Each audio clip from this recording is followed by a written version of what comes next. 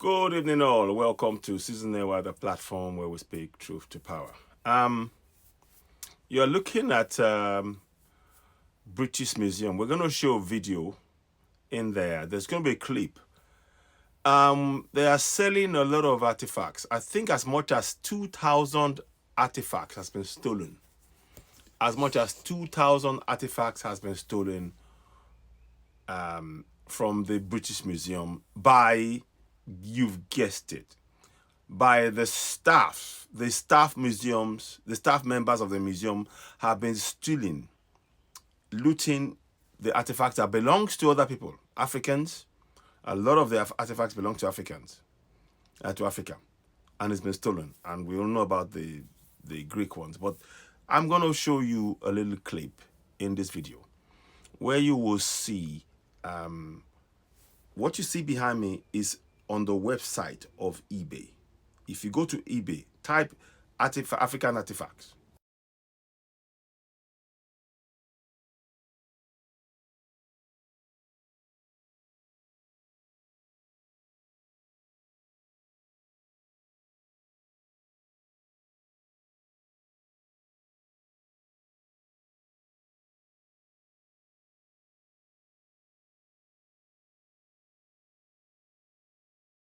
And this is what will come up. You see, they're selling one, this Mali Dogon ritual bronze artifact figurine, £159. Who gave them that right? The other thing, the collective antique African Mali Dogon bronze tobacco pot, £209.99. And they're selling this thing, you know, why? It is just shocking that this is going on. And these are from the same people who are telling you, oh, your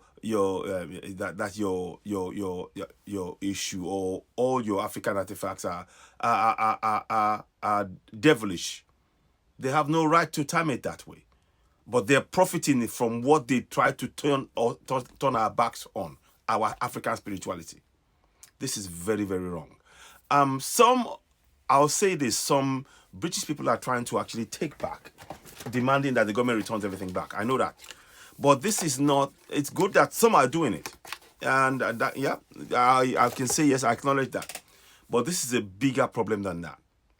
All of the European countries that took African artifacts, it must all be returned, no question. I said it before and I'm saying it again. I stand by that. By that. The very fact that they are, the museum staff are selling, they're literally selling our own birthright, African birthright, on eBay.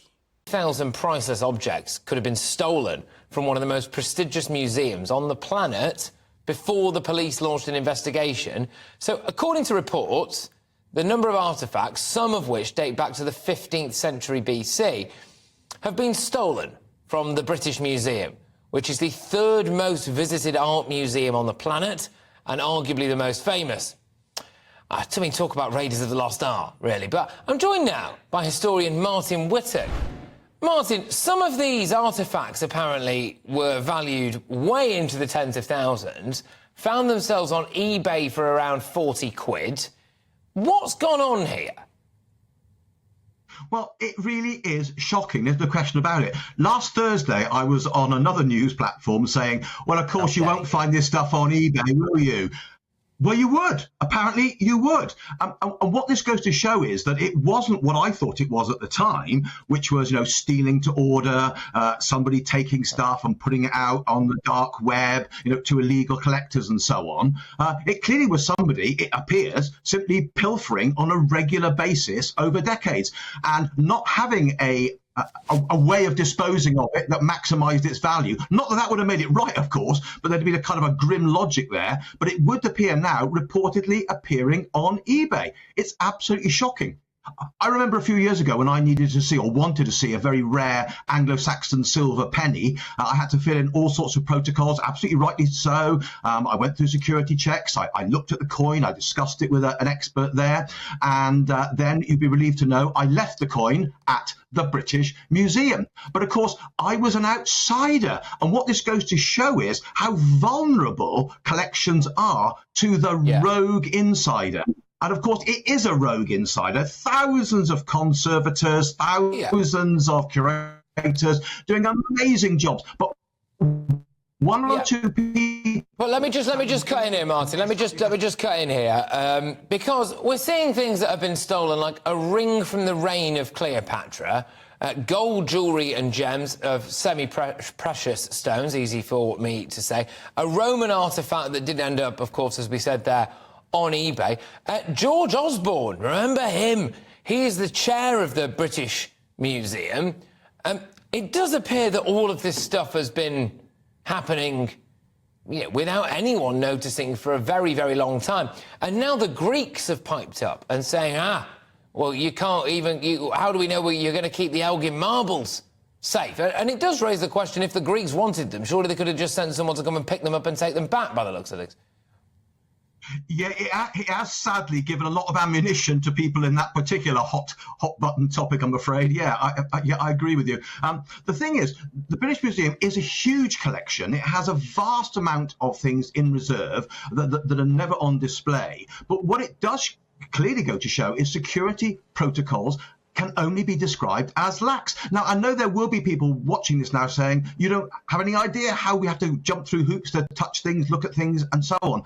But clearly, it's not been enough. If somebody in a privileged position can help themselves to this amount of stuff and then flog it in this relatively casual way over years, then they really do have to, sadly, seriously look at their security protocols, because they take seriously, as we all do, the fact that they're the repository of yesterday's evidence for today's study and for the future, when we don't know even what the questions will be asked of these things. Well, things that have gone missing on eBay are not going to be there to be explored by tomorrow's students, by the children today who will be the experts of tomorrow. So it really is shocking. There's no question about it. I just think it turns us into a complete and utter laughingstock, to be perfectly honest with you. I mean, the idea that they can be the custodians of all of this stuff and then not notice when... I mean, nearly 2,000 artefacts. It is not just the odd bloke walking in and pilfering a couple of little items. I mean, this is a concerted campaign. And also, clearly an idiot. This is the other element to this. I could just about understand it if there was some kind of high-spec heist that had taken place here and people had decided to do something incredibly high-tech and all of that stuff. But the person who's nicked this stuff didn't even have any way of disposing it. They slapped it on eBay for 40 quid. I mean, we have literally been mugged off by a mug, haven't we?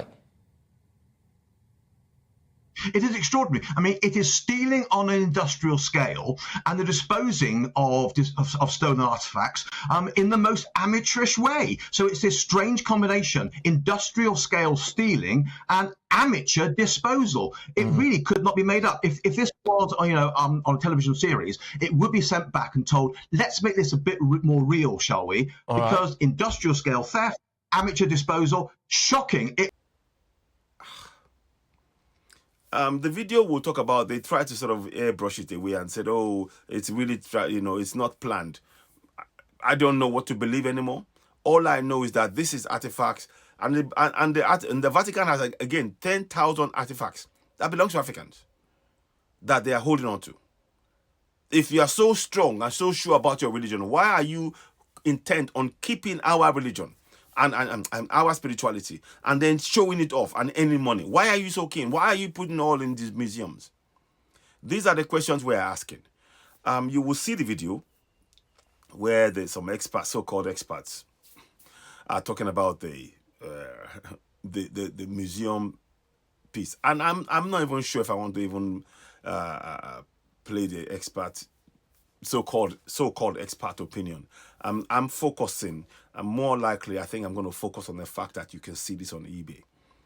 And that, for those of you that says Africa cannot manage its own spiritual artifacts, that is such a ridiculous statement to make. The assertion by those who are doing that, keep in mind, they wanted to keep it, and they are keeping it in the British Museum. And the very staff that are supposed to be taking care of it are the ones selling it off. They are selling it off. What are your thoughts on this? Let's hear your views. You will see the two videos. I'm on balance, I will show it. I'm reluctant to show the second one, but I'll show both of them anyway. You will see it. I'm going to show you a screenshot where you will see African Artefacts, something like that, in eBay. I typed it in, and the figures will come up, and you just see, you scroll up. I kid you not. All of it must be returned, all of it. What are your thoughts on this? How do you see this? Ladies and gentlemen, you're of course watching Citizen AY, the platform where we speak truth power. Please subscribe to us on this platform. Help us grow the platform. We're really grateful. We are close to about 25,000. We're probably close to 25,000 subscribers and followers. Please, we'd like you to subscribe to help us grow the platform, because there's a lot of work we're trying to do. We talked about the constitution, and we're going to be coming up with more plans on that as we go along. The plans are going on well. It's just been a very hectic week, so I've not been able to give you updates on that. But I'll probably be back tomorrow and give you updates. Now, what I really want us to just know is that we need to continue this work to expose the wrongs, and we continue to advocate for our people to know their rights in their local languages, which is essentially the key thing that is particular for this platform and those who are supporting us in the Alkebulan project as well, or the African project, as we say.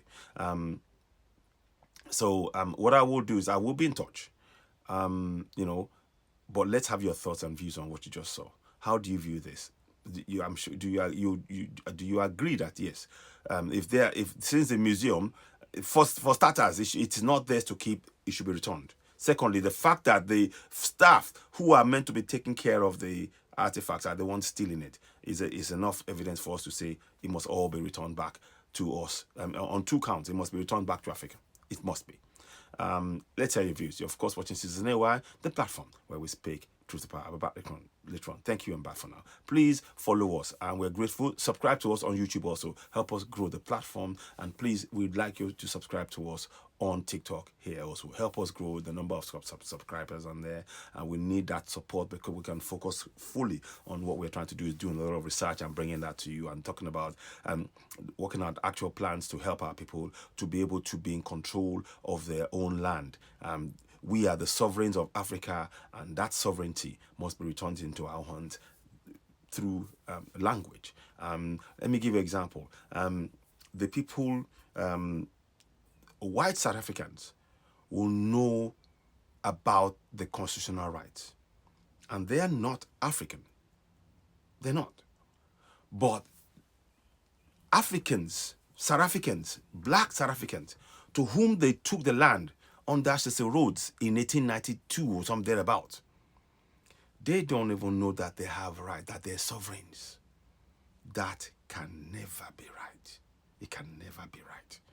So we have a lot of work to do to translate this constitution into all African languages in all of the 55 states created by colonials, so that we, the people, can claim our sovereignty back. Thank you very much. You've been listening to Citizen AY, the platform where we speak truth to power. I'll be back later on. Thank you. Bye for now.